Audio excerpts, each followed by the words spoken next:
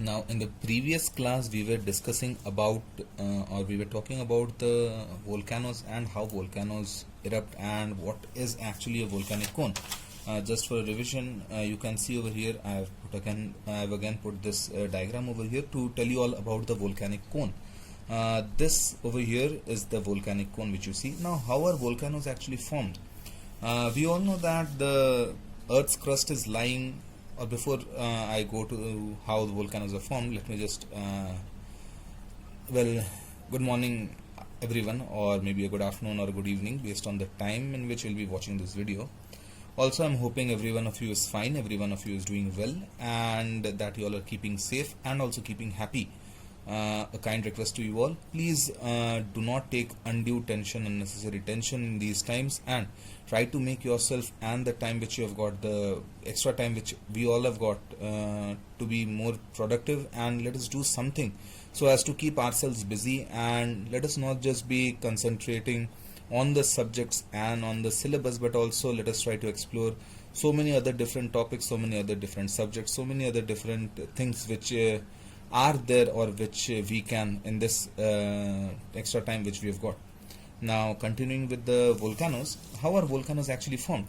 When we talk of the volcanoes, we all know that the Earth's crust, the solid crust, is lying over the liquid asthenosphere.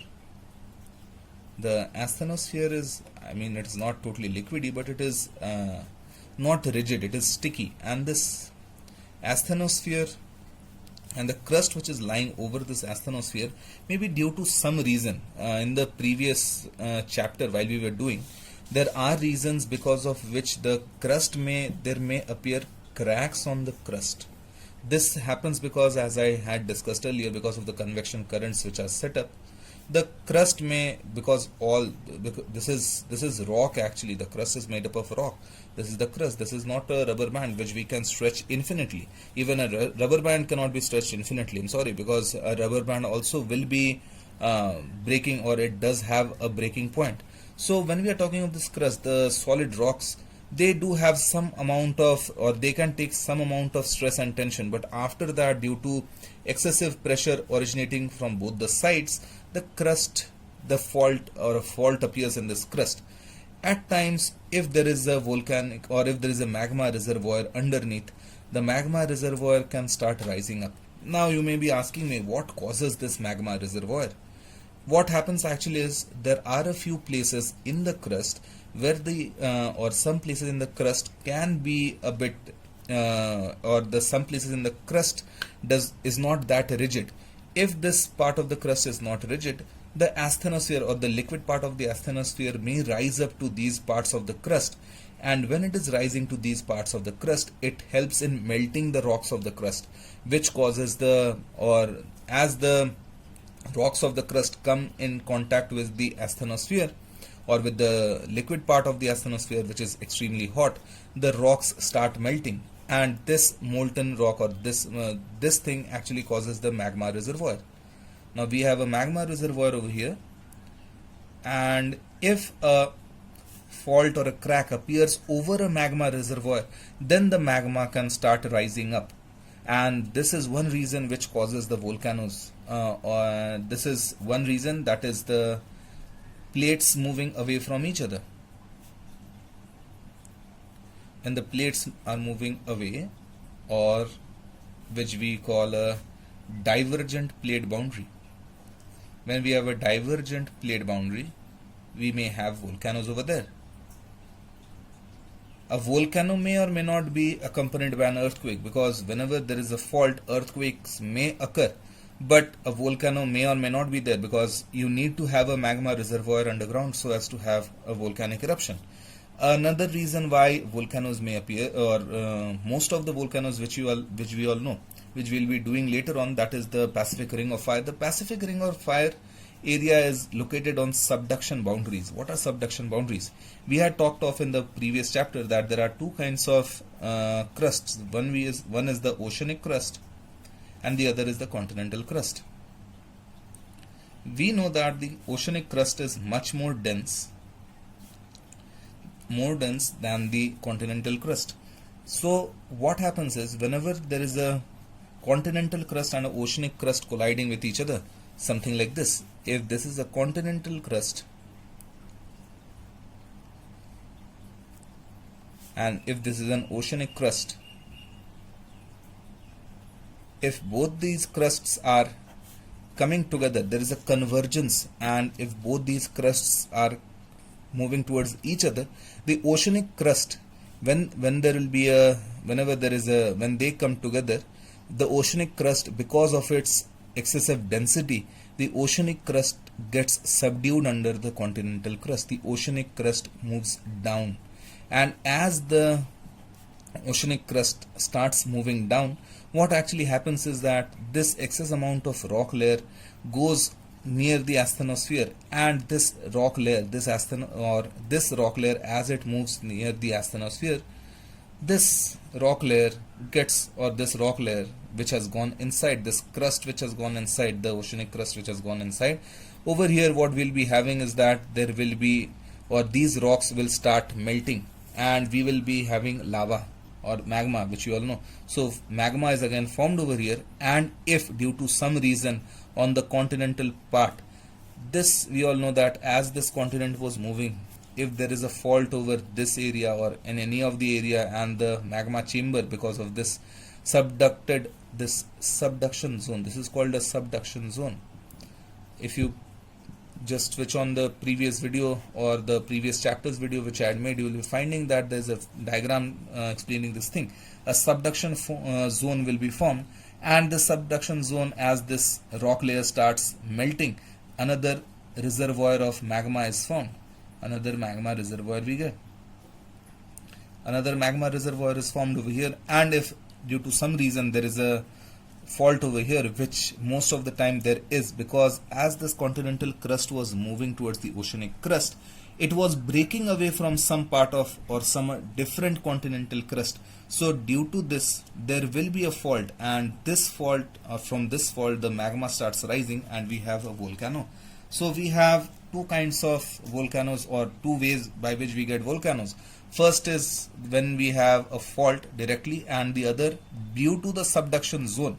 And this also, this kind of a volcano is also again formed due to a fault, but then the magma reservoir was formed due to the subduction zone, or because of the subduction of the oceanic crust, and because of the subduction of the oceanic crust below the continental crust.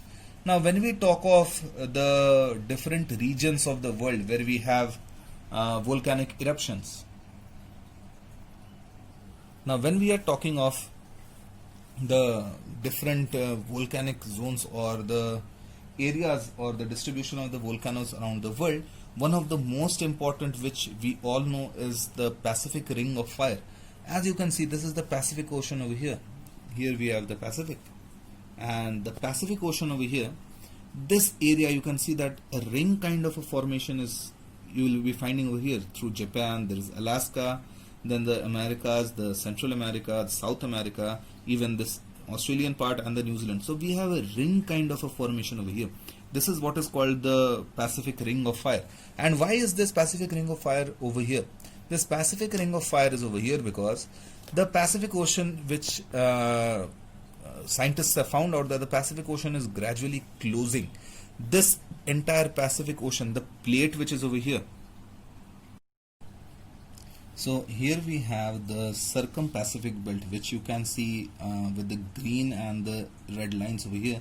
This area is the Circum-Pacific Belt, and this Pacific Ocean, scientists have found out is that the Pacific Ocean is gradually closing because this area, the tectonic plates which are lying in this area, or the tectonic plates on which the Pacific Ocean is lying, is gradually moving towards the Americas, and it is getting subducted under the plates which are lying over here, the continental plates which are lying over here.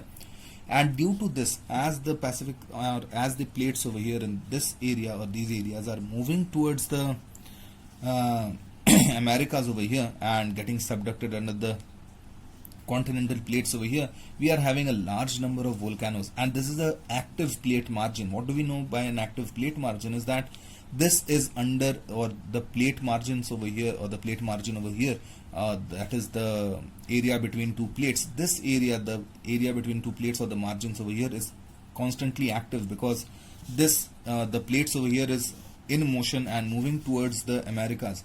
And because of this, this is an active plate margin, which is, and this is also an active subduction zone.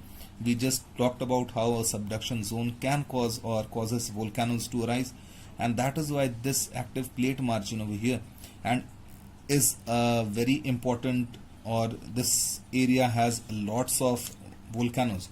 Now when we are talking of this area, as this plate, as the oceanic plate is breaking away from this, or these, the plates in this area, there is a fault which is, or there are faults which are being created in these areas. That is why these areas are famous, or maybe infamous, for their volcanic eruptions, and also because of the earthquakes. You all remember, or if you all have heard of or read about the infamous the tsunami which came in the Indian Ocean. So this area, or this area happens to be one of the most earthquake prone zones of the world, because the plate, the Pacific plate which is lying over here, is moving away, and that is why fault lines will be found in all these areas. And because of these fault lines, we have the volcanoes and also earthquakes in these areas. Japan is famous for its tsunamis and also the earthquakes, and in these areas we have volcanoes and as well as earthquakes. So this area, the Pacific Ring of Fire, is one of the most earthquake and volcanic eruption prone regions of the world, and the volcanic eruptions over, or in this side, happens because of the subduction zone, and in this side happens because of the fault lines which is happening. Now we have other areas also where there are volcanoes. We see over here the blue color over here is the blue color is the mid-world mountain belt. Now this mid-world mountain belt, this is not a very active plate margin, because long ago these areas, or some plates over here, the continental plates, they started moving upwards and collided with the Eurasian plate. This is the Eurasian plate over here. So millions of years ago, this area, these plates, you all know that the Indian plate collided with the Eurasian plate, and we found the Himalayas were formed. Now when we are talking of this area, so many plates, they started moving upwards, and as they collided with the Eurasian plates, we had so many mountain ranges forming. And while they were colliding, lots of faults were also formed. These faults gave rise to so many different earthquakes, and also became home to so many active or dormant volcanoes and also extinct volcanoes. So this area is also one of the most important area, but this area is not having many active volcanoes, because these plate margins are not active. Some of them are active, and most of these plate margins are no more active plate margins, but this margin over here is a very active plate margin. Now we have a few important volcanoes over here in this plate, or in this mid-world mountain belt. That is they are Mount Vesuvius, Mount Etna, Mount Stromboli. We also have one, as you can see over here, we have over here in the Andaman and Nicobar Islands, we have one active volcano, and that is the barren island of Andaman and Nicobar Island. There are a few. Now when we are talking of the volcanoes, and now when we talk of the effect of the volcanoes, there are two effects actually, the constructive effects and the destructive effects. Over here, as you can see, huge amounts of volcanic clouds and volcanic ashes being thrown up into the air. This is one such effect which is actually very destructive. This kind of a volcanic eruption, or whenever we have volcanic eruptions, what actually happens is that so much of poisonous gases is spewed into the atmosphere that the atmosphere becomes polluted and also poisonous. There is a lot of acid rain which falls, and that is harmful for the plants and the animals on the earth. Another important thing which may happen because of volcanic eruptions, or the explosive volcanic eruptions, is that because of, if the volcanic eruption is very huge and the amount of debris and the gases which is thrown up into the air is very high, what actually happens is that it can cover the entire atmosphere, and it can cover the troposphere area, and it may not allow the sun's light to enter the earth's surface, and that may cause a volcanic or a winter kind of a situation is formed. That may cause droughts and delayed rainfall or no rainfalls at all, and loss. There is a huge loss of life and property. Also, because of the volcanic eruptions, people who are living in and not in, people who are living around the volcanic areas, and people most of the times do not know when a volcano may erupt, and most of the or many volcanoes are such that they have not erupted for thousands of years, so people may think that those volcanoes may not erupt once again, so they start living around those areas, and suddenly one day the volcano erupts, and that causes the people living around that volcanic area or volcano area are or may die because of that. So this is another destructive effect of volcanoes. When we talk of constructive effect of volcanoes, I had talked in the previous video about two kinds of lava, the basic lava and the acidic lava. Now the basic lava which is there, if this is the earth's crust and there is some kind of a fissure or a fault on this earth's crust, the basic lava just comes out and starts moving towards the slope of the land. And this basic lava, as it starts moving, it forms a layer of volcanic rocks on the areas through which it has passed. Although this may be dangerous because some people or some houses or some settlement lies in the path of the basic lava, but most of the time what it actually leads to is that this basic lava which has moved over causes a lot of or deposits a lot of important rocks and minerals on the surface of the earth. These rocks and minerals are very fertile in nature, and great amounts of agriculture can be practiced on the land which has been covered by this basic lava. When we are also talking of constructive effects of the volcano, we all know that volcanic regions may have hot springs or geysers. Hot springs are nothing but if there is a magma chamber underground and there is a water, there is the underground water level also. So what actually happens is that when this is the magma chamber over here. So this magma chamber, as the water comes in contact with the magma chamber, it gets converted to steam, and this is thrown out. If there is a crack over here, this is thrown out, and here you have hot water springs and geysers. So these geysers and hot water springs actually take out or come out with a lot of important or good minerals, and the water over here is very rich in different kinds of minerals, so they are considered to be of great medicinal values.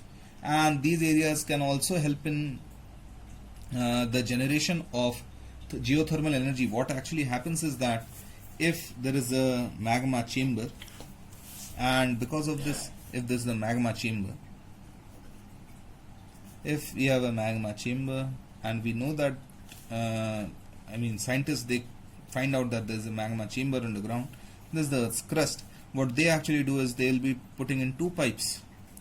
One pipe for, I'm just explaining, there will be two pipes. Both of these pipes will be connected. Through one pipe, water will be pushed in. As the water starts moving in, it hits or it comes in contact with the magma chamber. It does not have to necessarily go towards the magma chamber all the way through. It can just stay some meters above the magma chamber.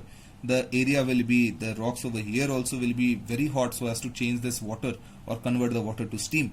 As the water gets converted to steam, it moves in, it has to move in, or it has to find another way to escape, because you all know that steam or anything that is hot tends to rise up. Now it will be, as these two pipes are connected, the steam or the water which has been converted to steam, the steam now wants an escape, and it finds an escape in the second pipe, and through this second pipe the steam comes out, and in this area you have a turbine, and this turbine starts moving because of the incoming steam, and the steam is coming out with great force. There is a continuous flow of water through this area, and steam keeps on flowing continuously through the second pipe over here, and the turbine keeps on moving, which is in turn connected to another generator which produces electricity, and this kind of electricity is known as the geothermal electricity, or this energy is the geothermal energy. I hope all these things were clear to you all. If you did have any kind of doubt, any problem, or you all need some elaboration or some more explanation in any of the topics which I have covered in the chapter or in these two videos, please mention them in the comment section so that I can get back to you all. Hoping that you all understood, and also hoping that you all will be keeping safe and staying safe. Thank you.